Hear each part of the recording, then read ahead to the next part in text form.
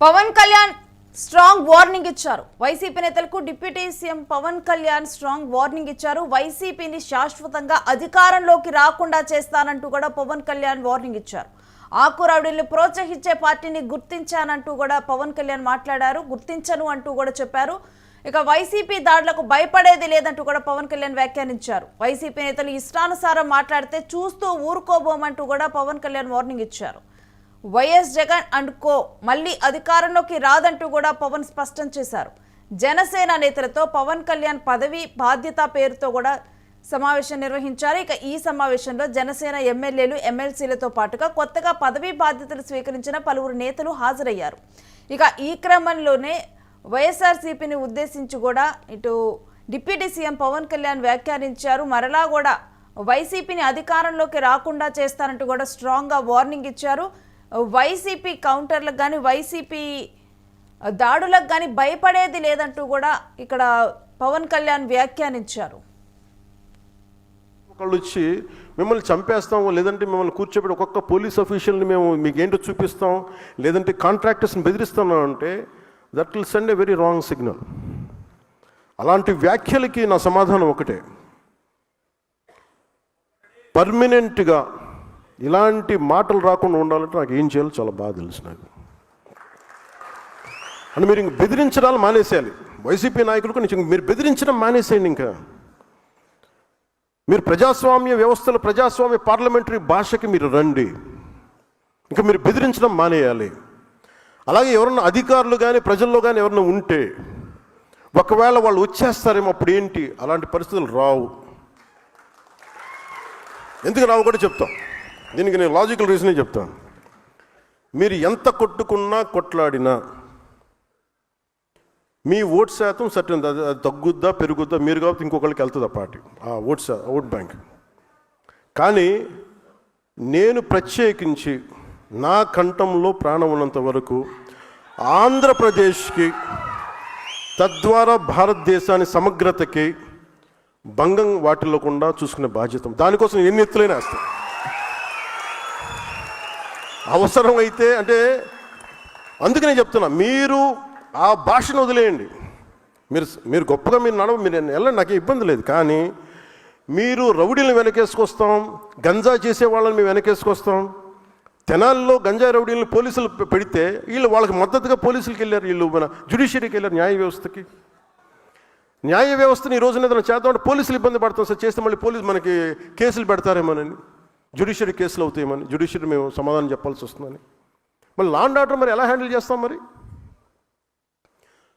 ఒకవైపు ఏమో జ్యుడిషియరీలో ఢిల్లీ హైకోర్టు అయితే నా రిమెంబర్, నాకు సరిగా ఎగ్జాక్ట్ డేట్ గుర్తులేదు, కానీ ఒక హైకోర్టు, ఢిల్లీ హైకోర్టు జడ్జి ఒక ఆయన మాట్లాడింది, ఒక రేప్ జరిగితే అంగచ్ఛేదం చేయండి వాడు చేసిన వాడికి, అంత కోపం వచ్చేసింది ఆయనకి. మరి దెబ్బ కూడా కొట్టకూడదు క్రిమినల్ అంటే మరి ఏం చేయాలి? తప్పు చేసిన వాడిని దెబ్బ కూడా కొట్టకూడదు అంటే మనం చేసుకున్న క్రిమినాలిటీ ఎక్కడ ఆగుతుంది? నేరాలు ఎక్కడ ఆగుతాయి? ఇక ఇదే అంశానికి సంబంధించిన డీటెయిల్స్ మా ప్రతినిధి కిరణ్ అందిస్తారు. కిరణ్, డిప్యూటీ సీఎం పవన్ కళ్యాణ్ వైఎస్ఆర్సీపీకి కూడా స్ట్రాంగ్ వార్నింగ్ ఇచ్చినట్టు తెలుస్తుంది. కంప్లీట్ డీటెయిల్స్ ఏంటి? రేణు, ఏదైతే నిన్న కొత్త డిప్యూటీ సీఎం పవన్ కళ్యాణ్ నేతలతో సమావేశమయ్యారు. ఏదైతే తన పార్టీకి సంబంధించిన నేతలతో పవన్ పదవి బాధ్యత అనే పేరుతో జనసేన పార్టీ ఎమ్మెల్యేలతో పాటు కొత్తగా పదవులు వచ్చిన నేతలతో కూడా పవన్ కళ్యాణ్ సమావేశమయ్యారు. ఈ సమావేశంలో ఆయన మాట్లాడుతూ కూటమి కలిసే ఉండాలి, కూటమి 15 ఏళ్ళు కలిసి ఉండాలి, కొన్ని త్యాగాలు చేయాలి, కొన్ని గొడవలు తప్పవంటూ పవన్ కళ్యాణ్ నేరుగా ఏదైతే జనసేన నేతలకు హితబోధ చేశారు. హితబోధ చేస్తూ వైసీపీ అధినేత జగన్మోహన్ రెడ్డిపై ఎదురుదాడి చేశారు, విరుచుకుపడ్డారు. ఏదైతే వైసీపీ శాశ్వతంగా అధికారంలోకి రానివ్వాలంటూ ఆయన చేసిన వ్యాఖ్యలు ఇప్పుడు రాజకీయాల సంచలనంగా మారాయి. ఆకురౌడీలను ప్రోత్సహించే పార్టీలను గుర్తించను అంటూ పవన్ కళ్యాణ్ వ్యాఖ్యలు చేయడమే కాదు, వైసీపీ దాడులకు భయపడేది లేదు అంటూ పవన్ కళ్యాణ్ వ్యాఖ్యలు చేశారు. మరోపక్క ఏదైతే ఇష్టానుసారం మాట్లాడినా కఠిన చర్యలు తీసుకుంటాం, లా అండ్ ఆర్డర్ స్ట్రిక్ట్ గా ఫాలో అవుతాం, వచ్చే ఎన్నికల్లో కూడా కలిసే ఉంటాము, అందుకు తగ్గట్టుగా జనసేన నేతలు త్యాగాలు చేయాలి, ఏదైతే కూటమిలో గొడవలు ఉంటాయి సర్దుకొని వెళ్ళాలి అంటూ నేతలకు నేతలకు హితబోధ చేస్తూ వైఎస్ఆర్సీపీ నేత జగన్మోహన్ రెడ్డిపై ఆయన నేరుగా తీవ్ర వ్యాఖ్యలు చేశారు. ఈ వ్యాఖ్యలు గమనించినప్పుడైతే వచ్చే ఎన్నికలు కూడా తాము కలిసి ఉంటామంటూ ఒక భావన జనాల్లోకి పంపిస్తూ ఏదైతే నేనున్నంత వరకు వైసీపీ అధికారంలోకి రాదంటూ మరోపక్క పవన్ కళ్యాణ్ వ్యాఖ్యలు చేయడం జరిగింది. ఎందుకంటే రాజకీయాల్లో ఆవేశపూరిత ప్రసంగాలు సర్వసాధారణం. ఎందుకంటే గతంలో వైసీపీ అధినేత జగన్మోహన్ రెడ్డి తాను 30 ఏళ్ళు అధికారంలో ఉంటానని చెప్పిన మాటలు విదితమే. ఇప్పుడు ఏదైతే కూటమి 15 ఏళ్ళు అధికారంలో ఉంటుందంటే ఇటు పవన్ కళ్యాణ్ కానీ, అటు చంద్రబాబు కానీ, ఇటు నారా లోకేష్ కానీ వీరు చెప్పిన మాటలను కూడా అదే విధంగా కన్సిడర్ చేయాలి. ఎందుకంటే గతంలో 30 ఏళ్ళ అధికారంలో ఉన్న ఆయన కూడా 5 ఏళ్లకు ఓడిపోవడం జరిగింది. ఇప్పుడు కూడా ఏదైతే వీరు చేస్తున్న వ్యాఖ్యలు వచ్చే ఎన్నికల్లో అధికారం ఇవ్వాల్సింది ప్రజలు కాదు, పవన్ కళ్యాణ్ అని వైఎస్ఆర్సీపీ నేతలు విమర్శిస్తున్నారు. అంటే ఇక్కడ దాదాపు రాష్ట్రంలో ఇప్పుడు మనం చూసుకుంటే పవన్ కళ్యాణ్ అంటే నెక్స్ట్ వైసీపీని అధికారంలోకి రాకుండా చేస్తా అంటే కూడా ఒక నియంతృత్వ ధోరణిలో కూడా మాట్లాడుతున్నారు అని చెప్పి కూడా రాజకీయ విశ్లేషకులు చెబుతున్నారు. అంటే గతంలో కూడా వైఎస్ఆర్సీపీ ఇలానే ఇష్టానుసారంగా మాట్లాడినందుకు ఇటువంటి పరిస్థితులు ఎదుర్కోవటం జరిగింది. ఇప్పుడు ఎందుకు వైఎస్ఆర్సీపీ లైన్లోకి పవన్ కళ్యాణ్ వెళ్తున్నట్లు అనిపిస్తుంది అని అంటున్నారు.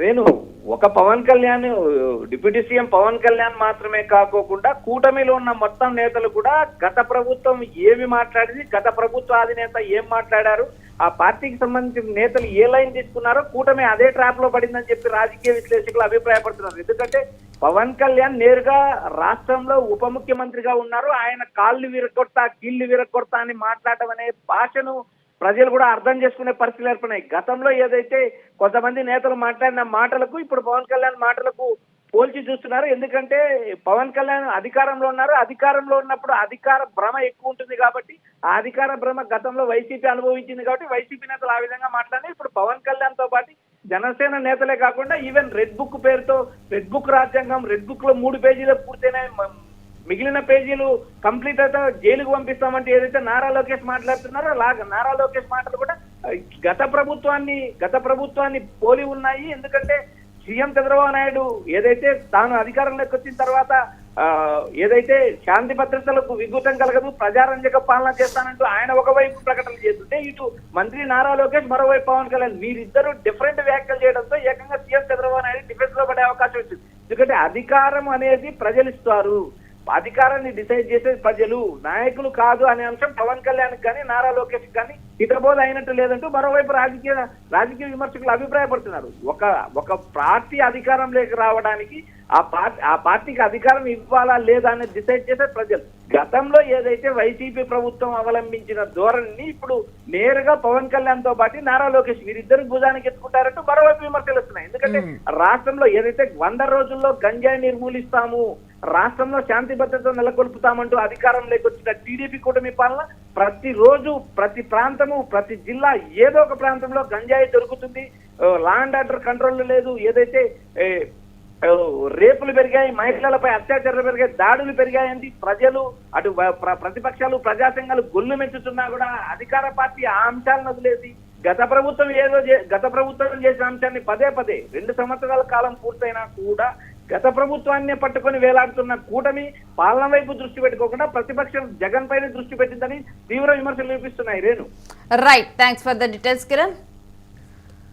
ఇక పవన్ కళ్యాణ్ వైసీపీ నేతలకు అయితే స్ట్రాంగ్ వార్నింగ్ ఇచ్చారు. Deputy CM Pawan Kalyan warning కూడా ఇక వైసీపీని శాశ్వతంగా అధికారంలోకి రాకుండా చేస్తానంటూ కూడా వ్యాఖ్యానించడం కూడా ఇప్పుడు కరెక్ట్గా కూడా రాజకీయ విశ్లేషకులు అంటుంది ఏంటంటే గత ప్రభుత్వం ఏదైతే తప్పులు చేసిందో ఇప్పుడు ప్రతిపక్షంలో మిగిలిపోవడానికి కారణమైనటువంటి తప్పులని ఇప్పుడు ఎందుకు కూటమి ప్రభుత్వం కూడా అటువంటి ధోరణే వ్యవహరిస్తోంది అన్న కామెంట్స్ కూడా పెరిగిపోతూ ఉన్నాయి.